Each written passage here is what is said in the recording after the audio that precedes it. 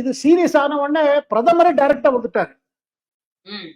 நீங்க இல்லாத கான்ட்ரவர்சி கிளப்பி வந்து நீங்க செய்த துரோகம் அம்பேத்கருக்கு அதை மறைக்க முடியாது. அவரே முன் வந்து இது மாதிரி அவர் முன் வரவே மாட்டாரு. பிரதமர் அமித்ஷாக்கே முன் வந்துட்டாரு. ம். அதுக்கு பிறகு பாருங்க அது ஒரு பெரிய, ஆனா ஒண்ணு பாருங்க, அது ஃபுல், அது எப்படி நீங்க பண்ணாலும் இவங்க என்ன நினைக்கிறாங்க, காங்கிரஸ் நம்ம லோக்சபால ஒரு வீடியோ ஓட்டி பெரிய டேமேஜ் பண்ணோம் பிஜேபி, அது திருப்பி அந்த மாதிரி செய்யறதுக்கு ஒரு சந்தர்ப்பம் கிடைக்குமா?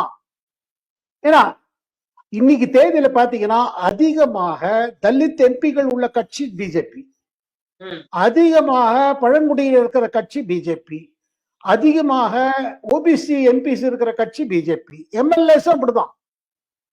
இவங்களுக்கு ஆல்ரெடி பாருங்க ஒரு அதாவது மண்டல் வந்த பிறகு, அதாவது 1993, 94, 95 பிறகு மண்டல் அமலான பிறகு பிஜேபி என்ன பண்ணாங்க, அதுக்கு டக்குனு முயற்சின்னு நிறைய இந்த கேட்டகரிஸ்ல லீடர்ஷிப் என்கரேஜ் பண்ணாங்க.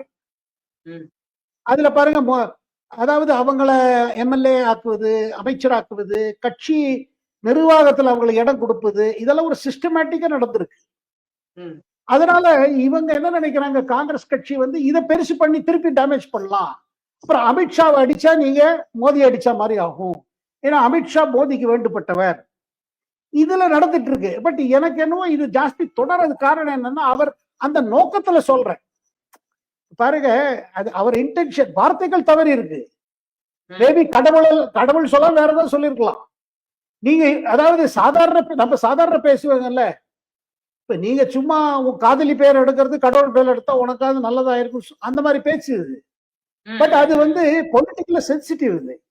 அதுல ஒருவேளை அமித்ஷா வந்து வாய் தவறி எடுத்தோ இல்ல தன் இமோஷன்லயே தன் ஃப்ளோலயே அவர் இதாயிட்டாரு.